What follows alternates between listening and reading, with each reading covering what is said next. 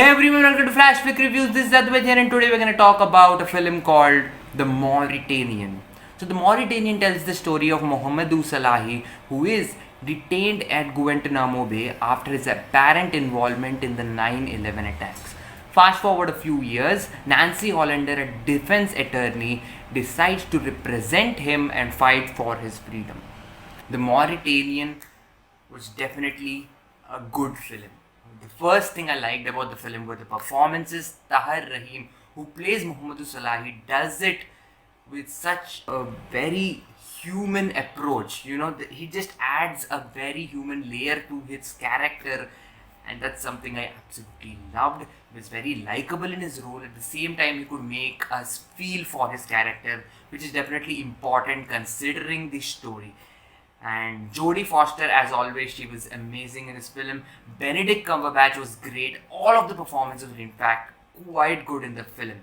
Another thing I liked is that this is a story that is powerful in its nature. I mean, it is a powerful story, and that needs to be told in a manner that feels powerful. And I think Mauritanian achieves that. A lot of scenes definitely resonate with you emotionally and just works as a story altogether. But it does have one problem. As we approach the middle section of the film, there are sequences that feel long and drawn out, and they don't particularly add much to the story that is happening here. This film is around 2 hours 10 minutes long. It could have used a more sharper and tighter editing.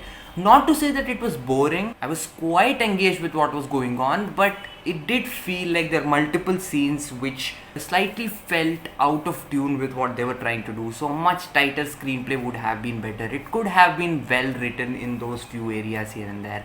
But overall, it's definitely a good film that you need to watch for the subject matter, for knowing what happened. It's a powerful story told in a powerful way, and definitely watch it for the performances.